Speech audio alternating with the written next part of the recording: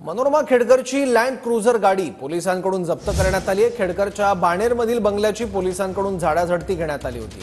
ओमदीप बंगल्यातून पिस्तूल 3 काडतुसं land cruiser car जप्त करण्यात आली आहे। मनोरमा खेडकर प्रकरणाचा तपास पुणे ग्रामीण गुन्हे शाखेकडे वर्ग करण्यात आला आहे।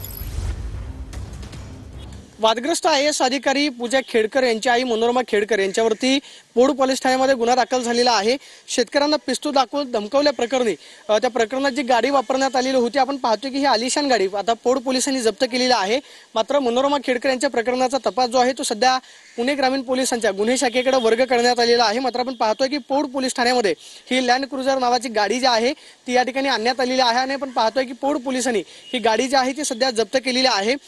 पोड पोलिसांकडून त्याचबरोबर ग्रामीण पुणे पोलिसांकडून त्यांना सांगण्यात आलेलं होतं की पिस्तूल काल घराची झाडाझडती करताना जप्त करण्यात आलेली होती। मात्र त्या गुन्ह्यामध्ये वापरलेली गाडी जी आहे ती हजर करण्यात यावी अशा पद्धतीच्या सूचना ज्या आहेत त्या मनोरमा खेडकर यांना देण्यात आलेल्या होत्या। आपण पाहतोय की सध्या ही लँड क्रुझर MH12 RP 5000 क्रमांकाची ही गाडी जी आहे ती आपल्याला पाहायला मिळते।